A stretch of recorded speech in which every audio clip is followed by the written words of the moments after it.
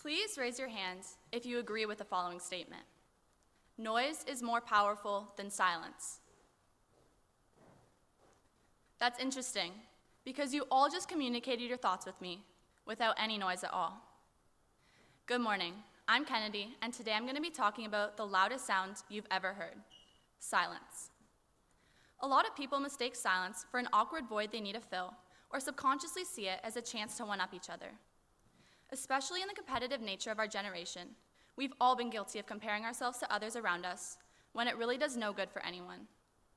I'm sure you've all felt a time where everyone around you can hear you, but nobody's listening. Do you ever build up the courage to tell someone something personal and would rather hear silence in response than their unnecessary comments to fill in a seemingly awkward void? This reaction is one we've all encountered and at least unknowingly taken part in. Remaining silent for others and participating in the lost act of listening is something we should all strive for. But it's crucial to find silence in your own life as well. Now, I'm not trying to tell you that noise is a bad thing or that you should be silent all the time. In fact, I'm not even just talking about silence in terms of the words we say. I want you to think about the last time you sat in silence and took in a moment for yourself. The last moment you reflected on and appreciated the life around you. For me, it used to be never. Since before I can remember, my life has been go, go, go. I woke up and went to school, ate dinner on my way to dance, and did as much homework as I could before my eyes closed for themselves. The next day, I would wake up to do it all over again. The only things I would reflect on as my life passed by were experiences I missed and things I was looking forward to. It wasn't until a couple years ago I realized if that's all I'm thinking about, I'll soon have nothing to look back on because I spent all my time focusing on where I wasn't. I couldn't bear to let my life be still, and sometimes I catch myself feeling that way now. For the past few years, I've been striving to pause in moments and almost take a picture in my head, which has created some of my favorite memories. Some people may find this awkward, but the more you take part in it, the more comfortable you'll start to feel with it. It's also very common, especially at a school like Appleby, to have no silence in the broader perspective of our lives. A lot of us, including me, do what we can to pack our lives as full as possible. Not having times where we even have the option to be silent is made simple. It's easy to force ourselves to not take a break, to not sit in silence, and to not confront our own thoughts. The belief we always need to be doing something, or else we'll miss out on our opportunities and dreams, forces us to live without silence. The constant connectivity in our lives on social media and technology also allows us to fill the silent void with noise, ensuring we don't ever have to be alone with ourselves. I've always struggled with confronting my own thoughts. Any experience I ever had that bothered me ever so slightly would be bottled up so I wouldn't have to deal with it. My immediate response to any sort of question that stressed me out was, and sometimes still is, I don't want to think about it, which I discovered can be quite unhealthy. When I get to go to school, after a long day of dance, I won't let it enter my mind, and when I'm at dance, any stress from school is completely gone. This might seem almost desirable when you first think about it. I don't let things get to me, and I try not to let what should hurt me do its job. The problem with living this way, I've discovered, is when it's finally time to confront these thoughts. After I've pushed them back so much, there comes a time when I have no option other than to break. Now, I would love to stand here and tell you that I have it all figured out, but that's about as realistic as when I tell myself I'm actually going to study tonight. I try my best to actively seek silence in my life when I'm feeling stressed. However, it's uncomfortable to sit with your own thoughts. It reveals insecurities, brings forward unresolved issues, invites us to doubt ourselves, and brings up the suppressed emotions we've been holding on to.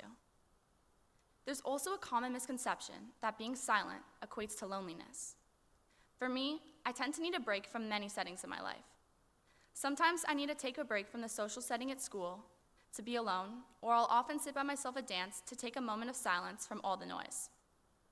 What I think everyone should know is this doesn't mean anything's wrong. It's simply something people need. The best feeling, however, is finding people you can be silent with while being comfortable. I'm unusually grateful to have found people in my life where I can sit in silence and have them there for support without ever needing a break or feeling alone. The other side to the thought of loneliness and silence can be somewhat hard to handle. I found myself, especially this year, in places where I don't enjoy the silence. Finding my role in the positions of leadership I've possessed has been tough. I found silence this year in some of the places I've never looked for it before. Situations where I once heard noise have turned to complete silence and have brought a certain sense of loneliness in leadership. Learning to accept this change has allowed me to reflect on my experiences, past and present. For years, I've bottled up every feeling I've ever had about dance. I've been dancing for over 10 years, and in the most recent ones, there's been so many days where I feel like I'm not doing enough. Growing up in the dance world, there's something about validation from the teachers you look up to that means absolutely everything. Naturally, I always wanted to do well for them and have them be proud of me, so I was extremely hard on myself and was rarely happy with my performances. I always felt like I could do so much better, and if they didn't say anything to me when I got off stage, my heart would break. Even if they did, I wouldn't believe it most of the time because I was so distraught with myself. I never took a break for silence to think about the things that made me so upset. I would move on as quickly as humanly possible and pretend nothing ever happened. These feelings that had been living inside of me so deep finally came out just a few months ago. It was nationals, and the last time I was performing my solo for the season. I've been dreading this exact moment almost my whole dance journey, as it was the last day I was dancing with my best friends before they graduated, and a large part of me thought it was going to be the last solo I ever performed on stage, as I didn't want to go back.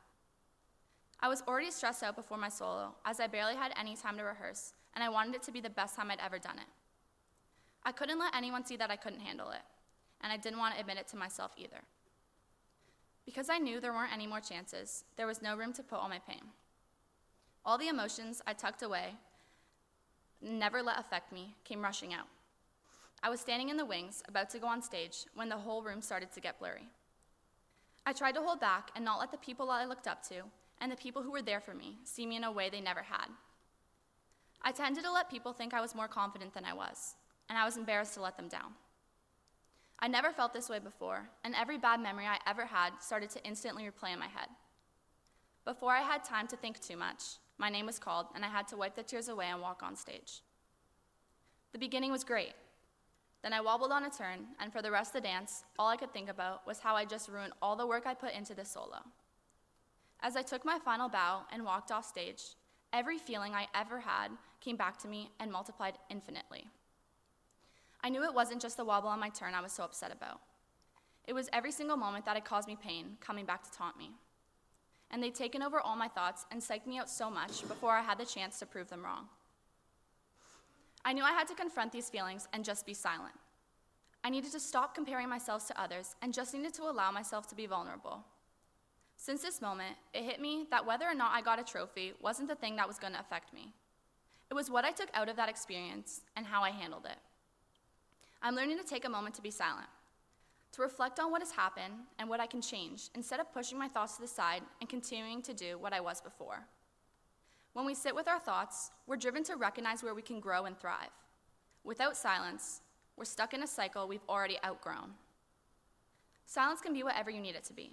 It could be as little as disengaging from a conversation, taking a night to yourself without distractions, or it could be telling your friend to stop talking about the same 10-second interaction they had for the 100th time. Our minds hold a power that's almost incomprehensible.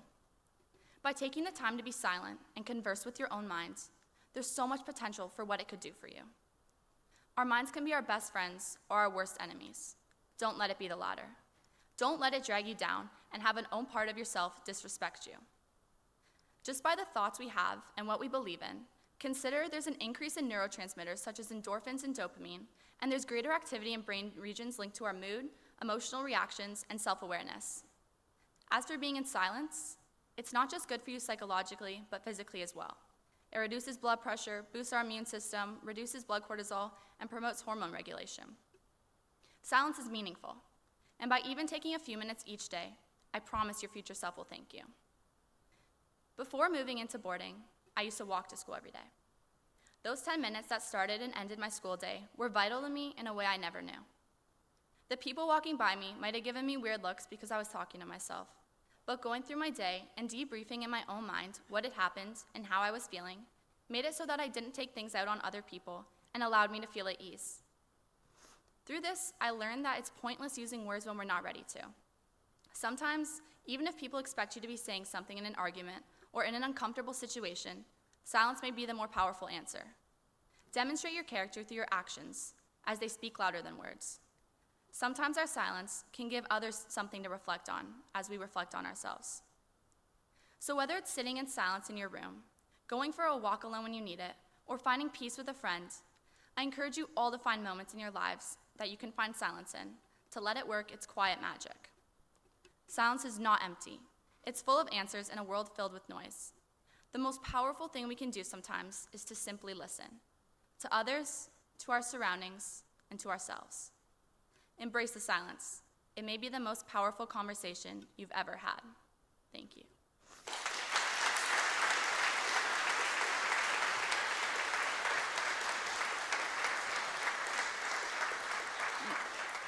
Now will you please join me in singing Amazing Grace, hymn number 352.